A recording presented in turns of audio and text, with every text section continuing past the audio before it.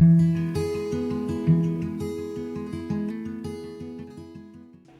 श्री अकाल। मेरा नाम मनप्रीत कौर है। ये मेरे फादर ने सरदार चंचल सिंह। असी विलेज नथूगढ़ तो हाँ।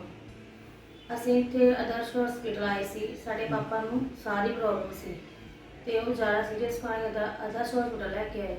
ਇੱਥੇ ਡਾਕਟਰ ਵਰਨ ਨੇ ਉਹਨਾਂ ਦਾ ਬਹੁਤ ਹੀ ਵਧੀਆ ਇਲਾਜ ਕੀਤਾ। ਇਹਨਾਂ ਨੂੰ ਪੇਸਮੇਕਰ ਪਿਆ ਹੋਇਆ ਹੈ। ਅੱਗੇ ਨੂੰ ਮੇਰੇ ਪਾਪਾ ਬਹੁਤ ਵਧੀਆ ਨੇ ਤੇ ਇਹਨਾਂ ਨੂੰ ਅਸੀਂ ਅੱਜ ਛੁੱਟੀ ਲੈ ਕੇ ਘਰ ਲੈ ਜਾ ਰਹੇ ਹਾਂ। ਇੱਥੋਂ ਦਾ ਸਟਾਫ ਵੀ ਬਹੁਤ ਹੀ ਵਧੀਆ ਹੈ।